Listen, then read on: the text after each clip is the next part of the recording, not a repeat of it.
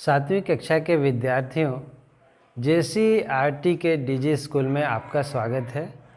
विद्यार्थियों, आपने हिंदी की कक्षा में बीज शीर्षक कविता को जान लिया है, समझ लिया है। आज हम लोग इस कविता के प्रश्न और उत्तर को जानने का प्रयास करेंगे। आइए छात्रों, अब प्रश्नों के उत्तर को जानने का प्रयास करते हैं। पहला प्रश्न है, पाठ के अनुसार बीज में क्या क्या है? इसका उत्तर होगा, पाठ के अनुसार बीज में जड़, तना, डाल, पत्ती, फल और फूल हैं। दूसरा प्रश्न विद्यार्थियों, हम जब कोई बीज मिट्टी में डालते हैं तो उसका क्या परिणाम होता है? उत्तर, हम जब कोई बीज मिट्टी में डालते हैं तो वह सुषुप्तावस्था से जागकर अंकुर के रूप में फूट पड़ता है। वही अंकुर बाद में विशाल वृक्ष के रूप में परिणत हो जाता है। तीसरा प्रश्न विद्यार्थियों, कवि ने बीज के लिए उसका प्रकाश उसके भीतर क्यों कहा है? इसका उत्तर होगा, कवि ने बीज के लिए उसका प्रकाश उसके भीतर इसलिए कहा है कि वह बीज उस प्रकाश के बल पर ही पृथ्वी के ऊपर अंकुर के रूप में फूटकर पौधे के रूप में विकसित होता है। वह प्रकाश उसकी जीवन शक्ति है जो किसी बीज के अंदर छिपी होती है और जल, वायु, मिट्टी और सूर्य के प्रकाश के बल पर संसार में प्रकट होती है।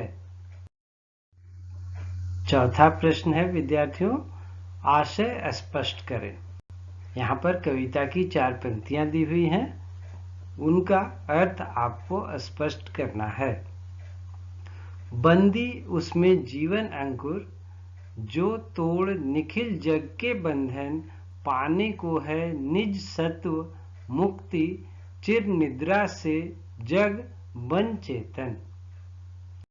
इसका उत्तर होगा, प्रस्तुत पंक्तियों के माध्यम से कवि कहना चाहता है कि बीज में पौधे का अंकुर बंद रहता है, जो संपूर्ण जग में बंधन को तोड़कर अपने जीवन रूपी सत्य को प्राप्त करना चाहता है।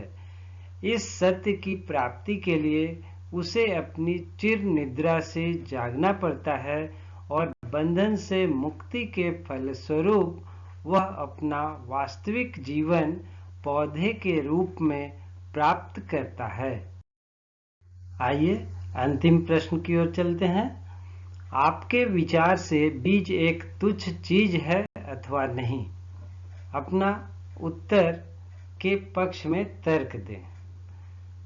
मेरे विचार से बीज एक तुच्छ वस्तु नहीं है, क्योंकि तुच्छ वस्तु अति सामान्य वस्तु होता है और उसका महत्व बहुत कम होता है, जबकि बीज में तो अपार क्षमता होती है।